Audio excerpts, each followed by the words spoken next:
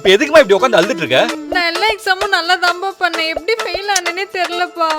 சரி விடுமா, நீ என்ன எல்லா சப்ஜெக்ட்லயும் ஃபெயில் ஆயிட்ட, ஏதோ ஒரு 4 சப்ஜெக்ட்ல ஃபெயில் ஆயிட்ட, அதுக்கு போய் இப்படி உட்காந்துட்டு இருக்க? பா எனக்கு ஒரு மாதிரி ஆகுதுப்பா. ஹே அப்பா நான் தான் சொல்றேன், அடுத்த அட்டம்ப்ட்ல பாத்துக்கலான்ட்டு எல்லாத்தையும் ஃப்ரீயா விடுமா. சரிப்பா, நான் என் ரூமுக்கு போறேன்.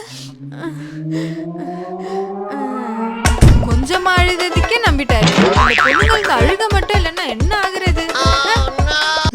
அப்பா சத்தியமா நான் எல்லா எக்ஸாமும் நல்லா தான்ப்பா பண்ணேன். ஏதோ ஒரு சப்ஜெக்ட்ல ஒரே ஒரு மார்க்ல ஃபெயில் ஆயிட்டப்பா. அது எப்படின்னு எனக்கே தெரியலப்பா.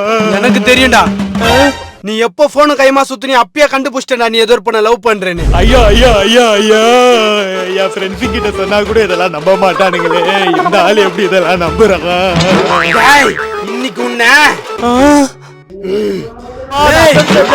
பண்ணிடுறப்பா.